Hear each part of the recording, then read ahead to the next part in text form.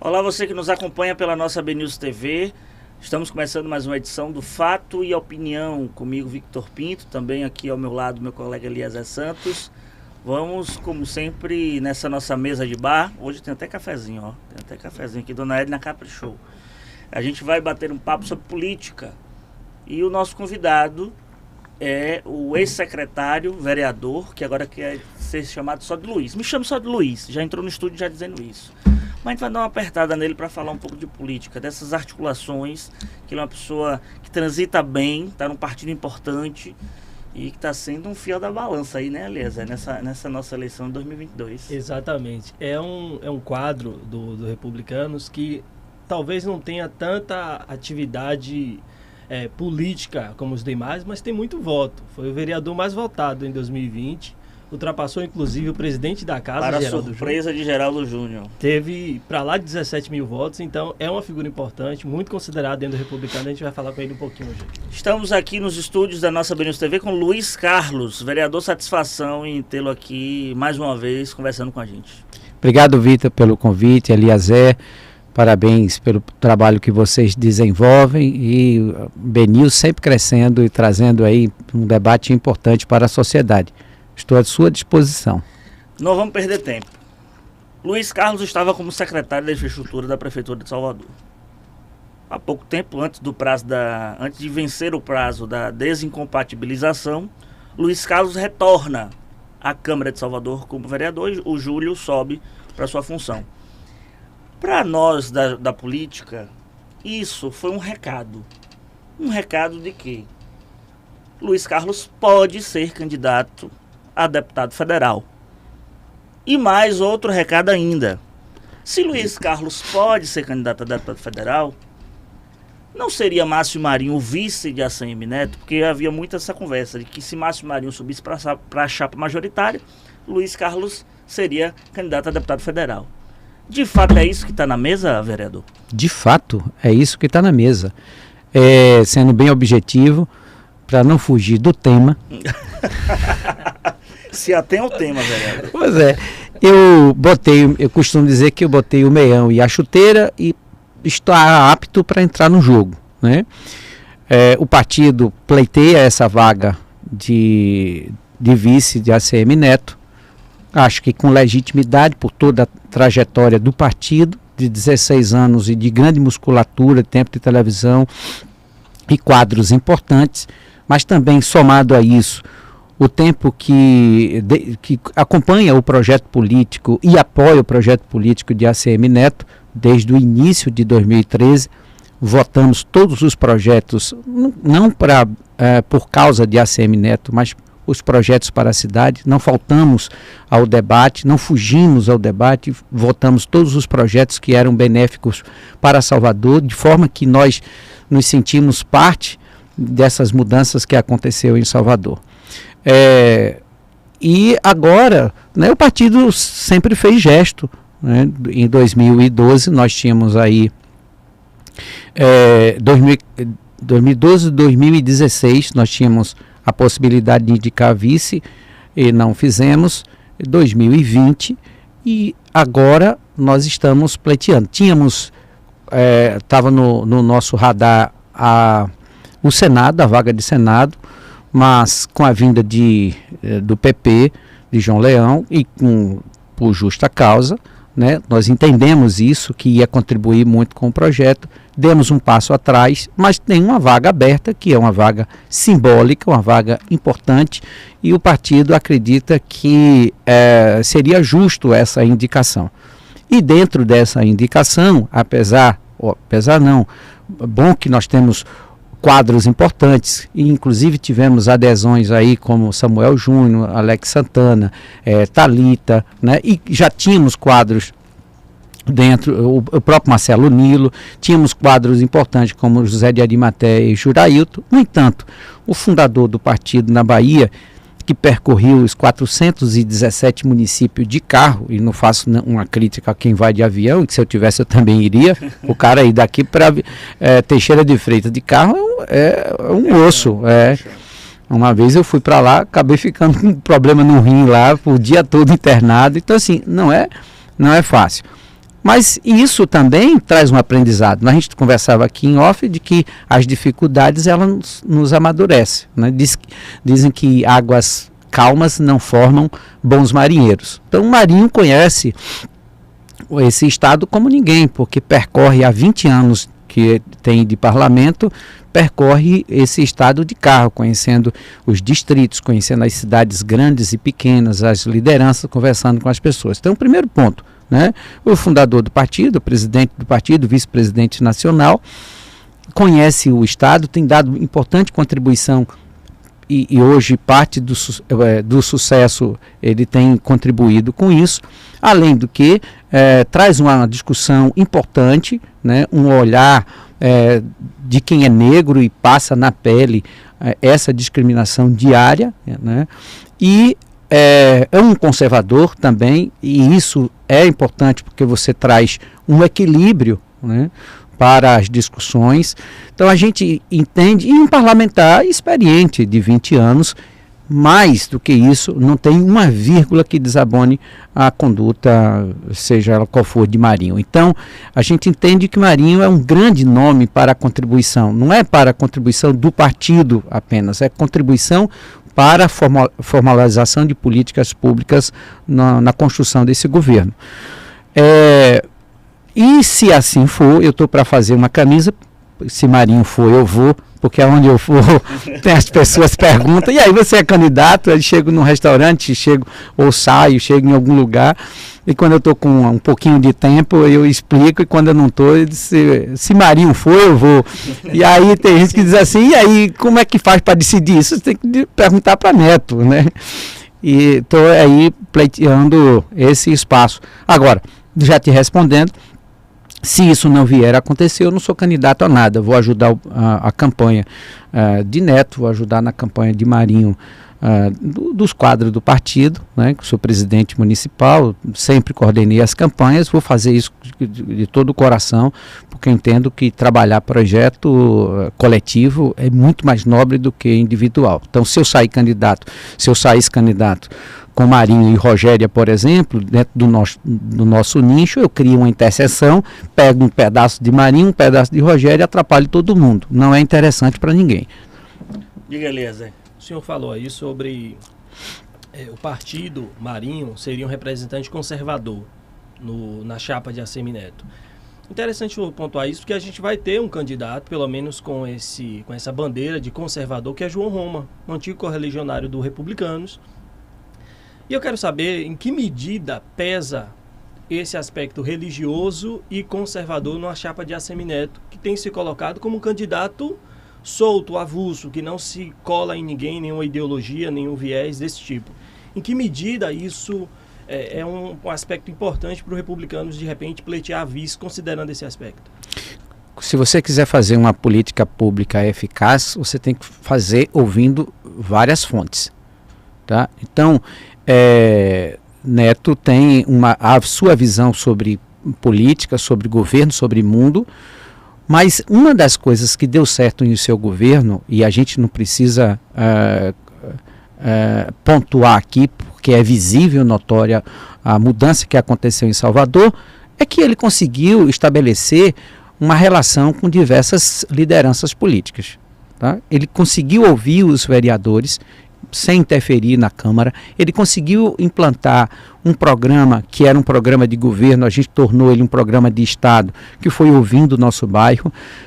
Ele criou vários mecanismos de escuta, inclusive trazendo para o seu governo vários quadros, inclusive do setor privado. Aí a gente tem aí o Bellintani, que deu importante contribuição, Silvio Pinheiro, hoje o secretário, que é queridíssimo e muito competente, que é o secretário da CEMOP, Guilherme Bellintani, Não, Guilherme não, como chama?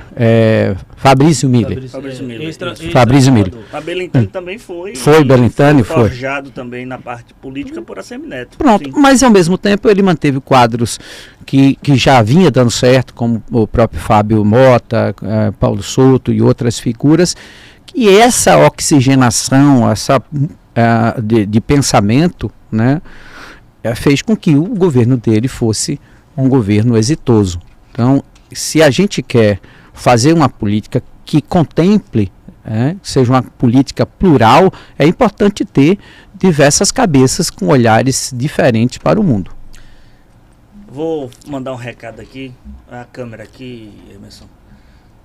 Marcelo Nilo, Luiz Carlos aqui, está dizendo que Márcio Marinho está na parada para ser vice de Neto. E aí eu pergunto para Luiz Carlos, como é que fica então Marcelo Nilo nessa história? Porque Marcelo Nilo, quando conversa com a gente, mesmo em reservado, vende praticamente a história de que ele vai ser o vice. Não chega a cravar, sim, mas dá a entender de que vai ser o vice. A gente teve também um deslize aí do José de Arimateia, que fez uma publicação no Instagram dele, já convocando Marinho como vice, e depois apagou. E você foi ligeiro demais. Eu fui rápido no gatilho. Você piscou, recebeu o print. Quando ele excluiu, já foi tarde demais. O print é eterno. Um abraço, Alexandre Galvão. O print é eterno. Como é que fica, então, o Marcelo Nilo nessa história? Que ele já entrou no Republicanos, meio que já fazendo um caminho para tentar ser vice. E aí eu quero colocar até um detalhe. Vai lá. O Márcio Marinho, quando recebeu a filiação de Marcelo Nilo, disse, olha, ele está vindo na condição de soldado de grupo, não está vindo na condição de vice, ou seja, deixou muito claro. Mas não é isso que Marcelo Nilo tem vendido, né? Tem vendido. E aí, Luiz Carlos? Bom, Marcelo Nilo é um bom quadro e nós o acolhemos, a sua filiação, mas dissemos isso para ele. Eu estava presente. Disse, olha, venha para ser soldado, venha para somar com o partido, venha para ser republicanos. E se você for escolhido, né, porque essa decisão cabe a Neto junto ao partido, né, se você for escolhido, ok, estamos juntos. Mas se você não for, entenda que é um projeto coletivo. Nós não escondemos dele de que nós temos também internamente, né, orgânico, um nome que a gente pleiteia, que é Márcio Marinho. E pleiteia não é porque Luiz Carlos seria candidato a deputado federal. Pleiteia porque a gente acredita realmente com essa relação de amizade e respeitosa que tem com o Neto e com a contribuição que o partido vem dando ao longo desses anos, a gente pode avançar muito nas políticas públicas para o estado da Bahia. Então, Marcelo Nilo tem essa consciência, mas ele também nunca escondeu, dizer, olha, mas tá se for o meu... Muito claro, né? Tá tudo muito claro. Mas não é a prioridade do partido, enfim... Tem um ditado que é o seguinte, o combinado nem é caro nem é barato, é só o combinado. Exatamente. Eu queria puxar um detalhe aqui agora para a Câmara de Vereadores. Vamos lá, o pau tá quebrando. O senhor era secretário de Bruno Reis, voltou para a Câmara nesse contexto que a gente já falou aqui, e o senhor voltou num momento de turbulência dentro da casa, né? Um momento em que houve a expressão que é usada, uma manobra no regimento, houve uma reeleição antecipada de Geraldo Júnior. Como é que o senhor se ambientou nessa volta tão turbulenta para casa? Como é que está sendo a relação lá dentro? Eliezer. Ele chegou, o negócio já estava... o senhor voltou... Já tinha pegado fogo. Bom, você já pegou fogo, agora você cabe apagar esse fogo, né? Bruno Reis te deu alguma missão nesse retorno... De operar, né, como bombeiro, né, para acalmar os... Não, veja, primeiro eu quero te dizer o seguinte, que tem um ditado que diz que águas calmas não formam bons marinheiros, né? Então, o momento de turbulência, sempre você tem a oportunidade de se destacar. Não estou dizendo isso, que tenho essa pretensão, mas é um momento, inclusive, de você ouvir mais, né? E de você apagar, porque para botar fogo tem muita gente, né? E é fácil. Você risca um fósforo, sai de perto e deixa o negócio lá. Agora, para apagar o incêndio, você encontra poucos bombeiros. Bom, eu não me coloco como esse bombeiro, mas sou amigo de Geraldinho. E essa amizade não pode ser rompida em função de um momento. Eu disse para Geraldinho, disse, meu amigo, o mundo não acaba em 2022. Pelo menos eu espero, né, que o mundo não acabe em 2022. A vida ela tem que seguir, sabe? Então a gente tem que ponderar aí algumas decisões, palavras, atitudes, porque é muito difícil construir amizades, mas é muito fácil de perdê-las, né? É muito difícil construir pontes, mas para destruir é muito fácil. E quando você destrói pontes, para recompô-las é muito mais difícil. Então eu venho conversando com o Geraldinho, venho conversando com os meus pares, no sentido de a gente converger o interesse da Câmara e da cidade, e os palanques eles estão aí, né? E cada um, quem vai, por exemplo, num comício para ouvir Geraldinho e Jerônimo, porque tem de alguma forma uma simpatia pelo seu governo, e quem for no palanque para ouvir a Semineto também tem essa mesma inclinação. Então cada um tem campo para todo mundo, tá? Eu acho que a gente pode fazer um trabalho, continuar um trabalho que a Câmara sempre fez. A Câmara nos últimos 9 anos fez um trabalho brilhante, ajudou de forma muito importante a cidade. Nós votamos todos os projetos. Neto não interferiu em nenhuma votação, deixava lá o projeto e os vereadores emendavam os projetos, melhoravam, debatiam o tempo que fosse, e ele dizia, não, está lá na Câmara, tal. Nunca, não aboliu aquela coisa de mandar um projeto, de chamar os vereadores para conversar. Não, se quiser um atendimento como para qualquer outra coisa, mas o projeto discuta lá, cabe a vocês. Então, a Câmara deu uma importante contribuição, o Geraldinho foi importante nesse processo, a gente tem uma relação, e eu penso que a gente tem que focar objetivamente naquilo que a gente tem que fazer para a cidade. Eu tenho que ter coragem de defender o meu mandato, não porque é o meu mandato, mas em plena pandemia, quase 18 mil pessoas, metade do Pituaçu, saíram de casa para votar em mim. Se eu não tiver hombridade para defender essas pessoas e o mandato que elas me confiaram, então eu tenho que ter no mínimo uma hombridade para sair dele. Agora, eu não preciso entrar no confronto com ninguém, né? O parlamento é um ambiente de discussão, é um ambiente de pluralidade de ideias, mas essas ideias têm que converger em políticas públicas para a cidade. Mas entenda, o republicano sempre foi muito próximo a Geraldo Júnior. Ele sempre foi muito próximo da Igreja Universal do Reino de Deus, já chegou a ser até advogado, se valia dessa proximidade com uma parceria e tanta. E alguns vereadores do republicano já apareceram em fotos no Ministério Público, ingressando com... Não, eu tive lá. Então, os vereadores do republicano apareceram na foto. Mas Geraldo sempre se valeu dessa relação com o republicano, uma relação tranquila.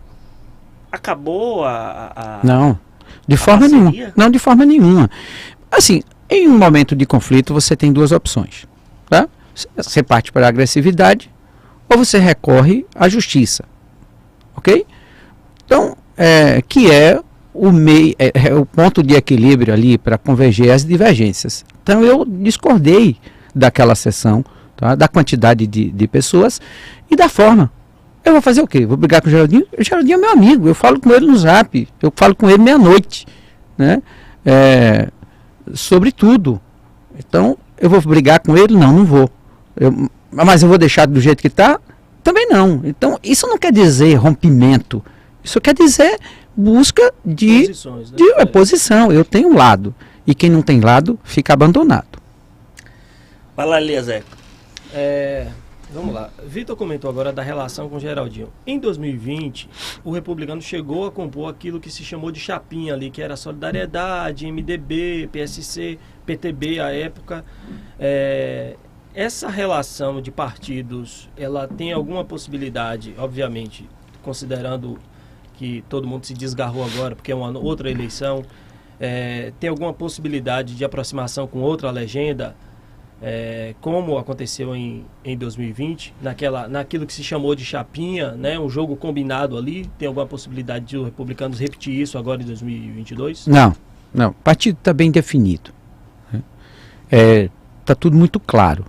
Nós tínhamos aí João Roma, que era do Republicanos, e que tinha o desejo de ser candidato a governo do Estado, a pedido de Bolsonaro, e era um desejo dele, porque se fosse só um pedido, eu acredito que ele não iria, mas casou aí a fome com a vontade de comer.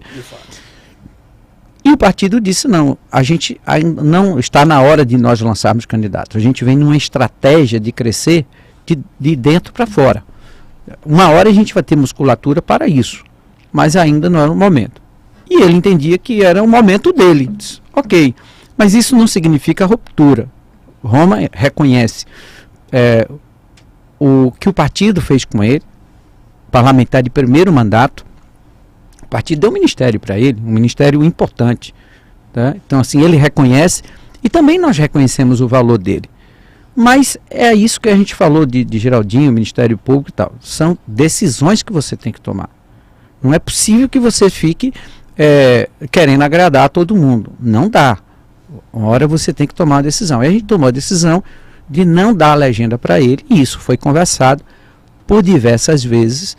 E ele disse, ok, então, obrigado, republicano. Você vê que ele não fala absolutamente nada do republicano, faz esse reconhecimento e o republicano faz esse reconhecimento dele. Mas a gente entende que não era o momento. Ok, então o partido tem lado, o partido está definido. Vai apoiar o projeto político encabeçado por ACM Neto. E a gente não tem bloquinho. A gente entende que o partido tem a legitimidade por toda essa construção que eu falei aqui de indicar a vice, tem esse nome de Marinho. Se não for, isso não significa ruptura, né? Vamos ficar felizes? Não, mas a gente entende que é uma construção de projeto. Mas vamos lutar até o fim, né, para que tenhamos essa indicação e vamos defender o nome de Marinho para isso. Mas isso tem que ser uma decisão casada, né? Porque, afinal de contas, é o vice de quem está encabeçando esse processo. Vamos entrar no assunto do seu livro. Você disse que vai lançaria seu livro no seu aniversário, dia 20 de abril, mas deu uma esticadinha para aumentar o suspense do tema do livro. Queria que você comentasse essa ideia, Luiz Carlos, de lançar esse livro que fala um pouco sobre a questão de gestão, de foco, gestão, mas também tem uma pitada de religiosidade na história, né? Pois é, eu tenho 26 anos, né, de ministério, de caminhada. Você que era de idade, eu falei, epa! Não, eu fiz 50 agora. Aí eu ia dizer, 26 de cada lado. Não. Fez 50 e toma banho de Monange, porque tá conservado. Aquele negócio de tomar banho de Monange, Xuxa tomando banho de Monange, porque não envelhece, aí, ó. Luiz Carlos. Rapaz, agora ele jogou meu ego lá pra cima, amaciou meu ego legal. Bom, eu tenho 26 anos, né, de caminhada no Evangelho e nesses 26 anos eu vi muitas pessoas que têm muita fé quebrarem. E eu vi também muitas pessoas que chegam a conversar comigo, que têm 2, 3 diplomas, que conhecem muito bem do que faz e quebra. Por quê? Porque ambos desprezam, né, vão para os extremos. Tem um versículo lá em Eclesiastes que eu gosto muito, que é de Salomão, que diz assim: não sejais demasiadamente louco, nem sábio, por que destruiria a ti mesmo? O próprio Jesus disse, olha, vós sois o sal da terra, falando para os discípulos. Vós sois o sal da terra. Então, para que o sal serve? Para dar sabor. Muito sal mata. Sem sal também não presta, né? Daí o cara fica com fome porque não tem sabor a comida. Então, o equilíbrio é o ponto central, né? É o caminho que se deve perseguir para você ter as respostas. Então, nem tanto, nem tão pouco. Você tem fé, ok, mas você tem que buscar conhecimento. Você tem conhecimento, ok, mas não despreze a sua fé. Porque quando a gente faz...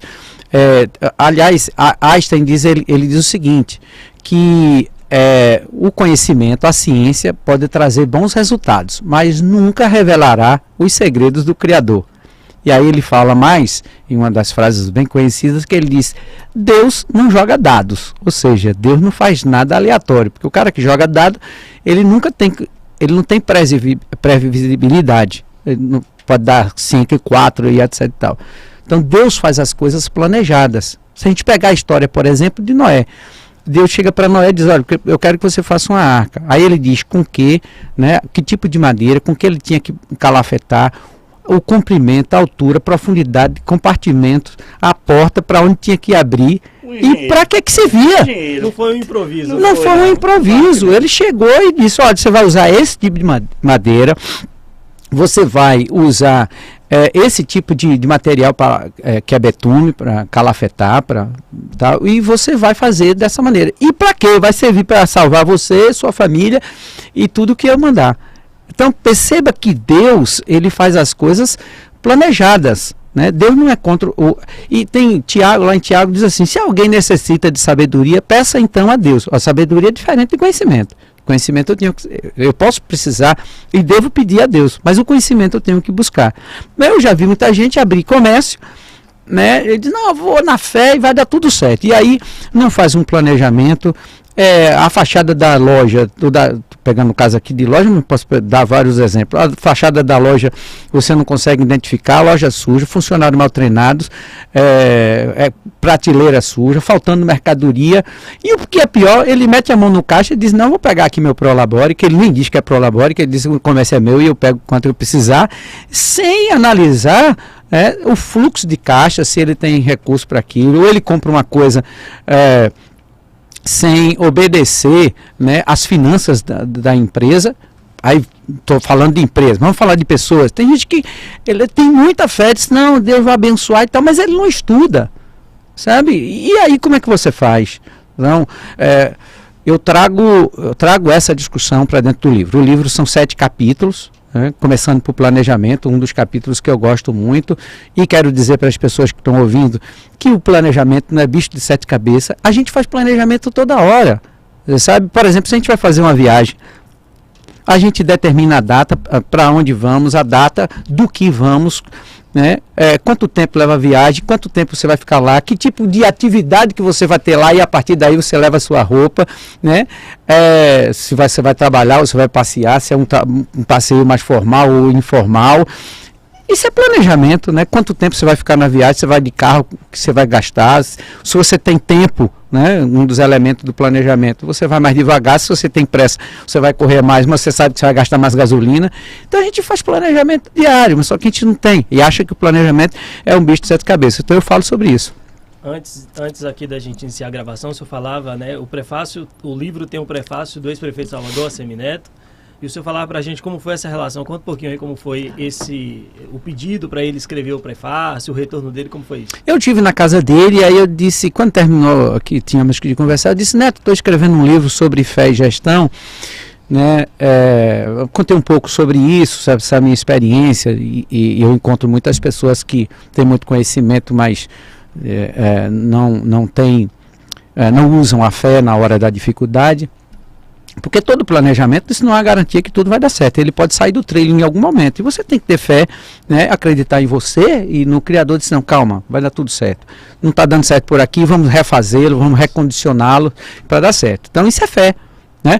Aí eu falei para ele que eu estava escrevendo esse livro. Ele, poxa, Luiz, legal, gostou bastante do tema. Eu não conheço outro livro que fala sobre isso. O livro 70%, 70%, 80% é de gestão, né? São as ferramentas de gestão, e 20% eu trago, 20%, 30% eu trago contextos bíblicos para provar de que Deus tá ali para ajudar aqueles que fazem o que tem que ser feito, né? Tem uma frase que eu vi esses dias, que Deus não surpreende ninguém, Deus abençoa aquilo que você se propõe a fazer. Tem gente que fala, não, Deus vai me surpreender, como tá aí?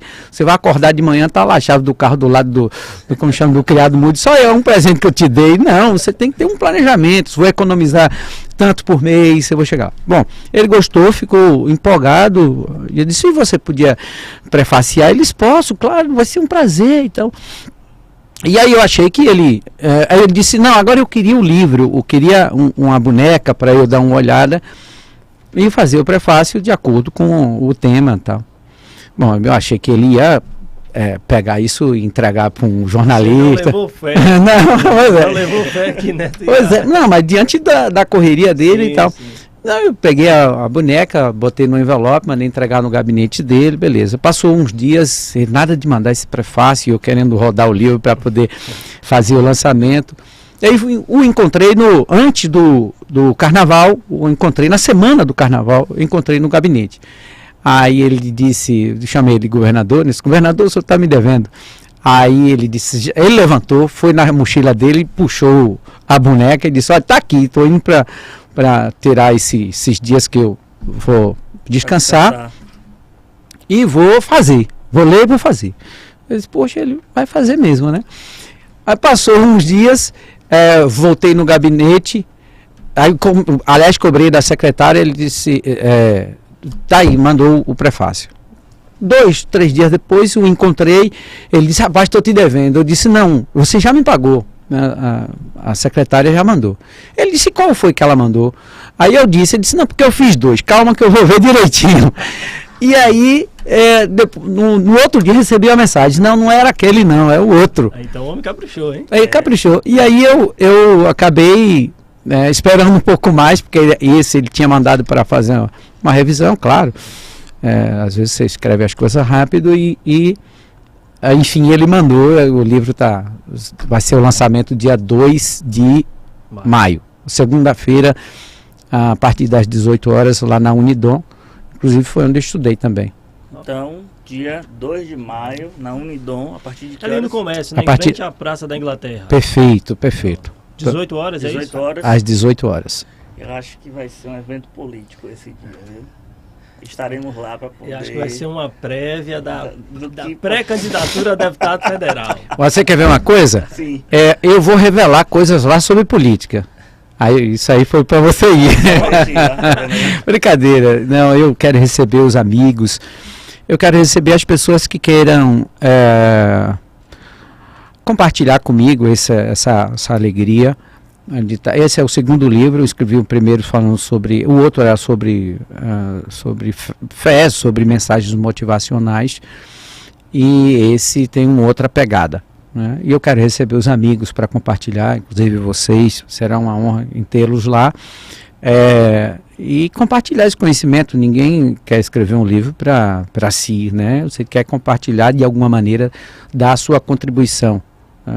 Então, conforme eu te falei, o livro tem 7 capítulos, né? Eu falo sobre aqui planejamento estratégico, recrutamento e seleção, esses 2 gosto muito, gestão e liderança, relações interpessoais e inteligência emocional, marketing, finança e negócio, o cara saber administrar o dinheiro dele, não ficar confundindo o dinheiro dele com a empresa, empreendedorismo e inovação. Esse aqui é o último capítulo, né? Eu gosto da questão do empreendedorismo, e eu trago os elementos e fecho o capítulo mostrando 7 figuras empreendedoras, né? Como Abraão. Abraão é o pai, né? De grandes nações e pai das 3 maiores religiões do mundo, mas não aconteceu do nada não. Ele disse, pai, gostei de você, viu? Você vai ser assim. Não, ele estava lá, porque assim, uma das características do empreendedor é inquietude, né? Isso não significa dizer ingratidão, não. Ele é inquieto, ele quer mais, né? Ele quer fazer acontecer. Então essa é uma das características. Segundo, a coragem. Então é inerente a qualquer empreendedor a coragem. Claro que você tem aí perfis diferentes, né? De empreendedorismo e etc. Tal. Tem empreendedor que é mais equilibrado, para ele empreender, ele faz uma série de pesquisas e etc. Outros dizem, não, gostei disso, eu vou fazer. E aí eu não quero entrar no mérito quem está certo e está errado. Mas aí eu fecho o livro falando sobre empreendedorismo, e eu trago 7 figuras bíblicas que mudaram o mundo a partir...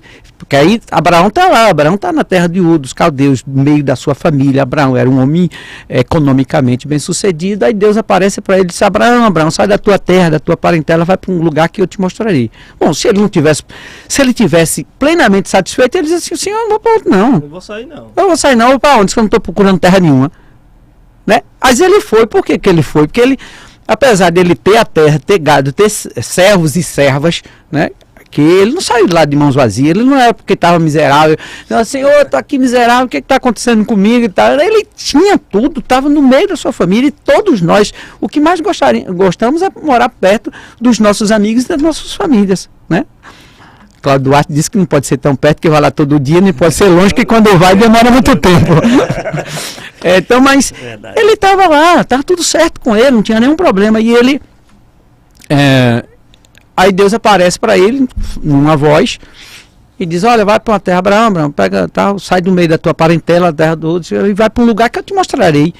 Significa dizer que ele estava buscando esse lugar, que ele estava inquieto, que ele estava... Tá. É uma das características. E aí depois eu falo um pouco sobre Isaac, sobre Jacó, né? Jacó nasceu por último, mas ele não se conformou, ele queria ser o primogênito. O livro dele todo aqui. O que ele está usando, o livro dele todo aqui. Você vai perder a graça. Deixa o pessoal comprar o livro. E aí eu fecho com Jesus. Eu fecho o livro falando de Jesus. Aliás, eu falo de Jesus em várias partes do livro, inclusive no processo de seleção, de recrutamento e seleção. Porque uma coisa interessante, Jesus ele usou as ferramentas de gestão para aquilo. Né? Curioso. Uma comparação bacana. Vamos lá. Onde é que entra? Não, aí você vai dizer logo tudo. Agora você não vai. Deixa o povo ler, comprar seu livro, ou ganhar seu livro e ler. Não, mas talvez aguce um pouquinho. Vamos lá. Jesus, quando foi recrutar, ou foi recrutar os seus discípulos. Os 12, né? Sim. Mas ele não chamou só 12, não. Aí é que tá.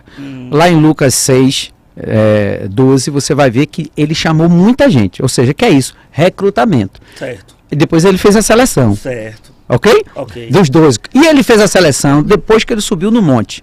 Mas antes dele fazer essa seleção, ele fez o recrutamento a partir de perfis. Sim. Ele não foi aliado, Vitor, gostei de você é branquinho, o outro é negro e tal. Acho que... Não, por exemplo, ele chamou Mateus, que era Levi. O que Levi fazia? Era responsável, né, pela tesouraria, era um cobrador de imposto. Aí, o que acontece com isso? Primeiro, era uma pessoa de confiança. Segundo, sabia ler e escrever. Terceiro, conhecia geograficamente e demograficamente Israel. Ok? Sabia subir e descer a região. Pronto. Aí ele chama Pedro. O que era que Pedro? Pedro era um cara que era proativo. Era um cara corajoso. Pedro passa a noite toda pescando. Quando é de manhã, um sono danado naquele solzinho da manhã, recolhendo tudo, por certo, como qualquer trabalhador precisa do seu trabalho para pagar as contas, para comprar as coisas, para levar a comida para casa, Pedro devia estar arrasado, trabalhou a noite toda. A Bíblia diz que ele trabalhou a noite toda, ele não era preguiçoso, uma das características, ele era trabalhador. Aí ele chega, quando ele está arrumando o barco para ir embora, Jesus disse, ilustre desconhecido, porque até então ninguém sabia quem era Jesus. Você me presta seu barco para eu dar uma palavra aqui pro pessoal? Ele poderia dizer, pegue outro barco aí, tá cheio de barco, você quer logo o meu que estou hoje aqui. Vamos pensar num cenário aqui? Você passou o dia todo aqui, deu errado a entrevista, o microfone falhou, o diabo todo. Aí quando você desce para pegar o teu carro, tem alguém machucado lá embaixo, alguém diz assim, leve ele no hospital, você já tá cheio de Uber, eu até dou o dinheiro do Uber, mas eu não vou não, meu carro eu tenho que ir embora para casa, porque hoje eu estou chateado. Sabe? Aí ele pegou o barco, ele disse, tome, vá lá. Então ele tinha disposição para servir. Ele era trabalhador e ele tinha disposição para servir. Aí Jesus vai lá, prega, tudo mais. Ele poderia dizer, depois quando terminar, amarra aqui o barco, é só amarrar aí, viu, que eu vou embora. Não, ele ficou lá ouvindo, ele era prestativo.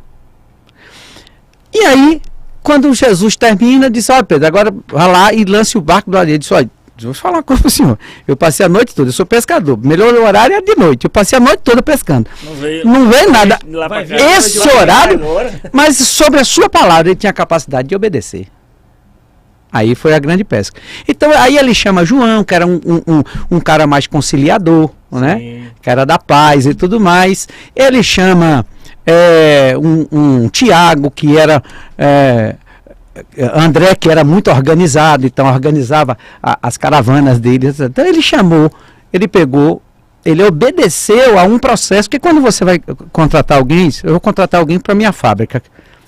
Aí chega um cara lá todo espiriquitado, todo alegre, não sei o que lá, eu olho na rede social dele, o cara só vive... Não dá certo. Eu preciso de alguém muito centrado. Mas se eu preciso de alguém para vender, aí como é que está o senhor? Tudo bem. Então é um cara que não tem comunicação. Perfil, né? Não tem perfil. Tá falando de perfis aí, dessas dicas todas, eu acho que a Semineto leu esse livro, refletiu, Para Pra montagem poder da montar. chave dele. Então eu falo sobre isso, sobre esse processo de recrutamento e seleção. Aí ele chama um bocado de gente, vai para um monte. Porque, veja, ele observou a esses perfis, obedecendo a esse processo, né? Mas ele não ficou só nisso. No dia que ele foi escolher, ele subiu no monte e foi orar. Quando ele desce, ele disse: você, dentre a multidão. Já tinha observado os perfis, só fez o casamento com... Então A você... reflexão, né? É isso. Então você não pode desprezar a ciência. Você tem que obedecer a ciência, você tem que estudar, você tem que analisar a situação, certo? Seja ela qual for que você teve, você tem que ter conhecimento. Quem tem conhecimento tem poder. Agora, você desprezar, né, ser cético, desprezar a fé, aí é o grande erro. Então o livro fala sobre isso. Vereador Luiz Carlos, queria lhe agradecer por ter aceitado o nosso convite aqui, de ter vindo para essa nossa mesa aqui, debater um pouco de política, falar um pouco sobre livro, sobre religião, gestão, tudo um pouco mais, porque aqui é tudo fato e opinião, e dizer que os microfones aqui estarão sempre abertos. Eu que agradeço muito pelo convite, sempre muito bom estar aqui, esse veículo que cresce cada vez mais. Um abraço a todos. Pois é, Eliezer. Maravilha. Mais Muito um assunto, concluído com sucesso. Foi bom, teve de tudo hoje. Teve de um tudo. É. Hoje teve de um tudo. Minha gente, um forte abraço a todos vocês. Lembrar sempre de acompanhar os nossos produtos audiovisuais aqui da nossa BNews TV.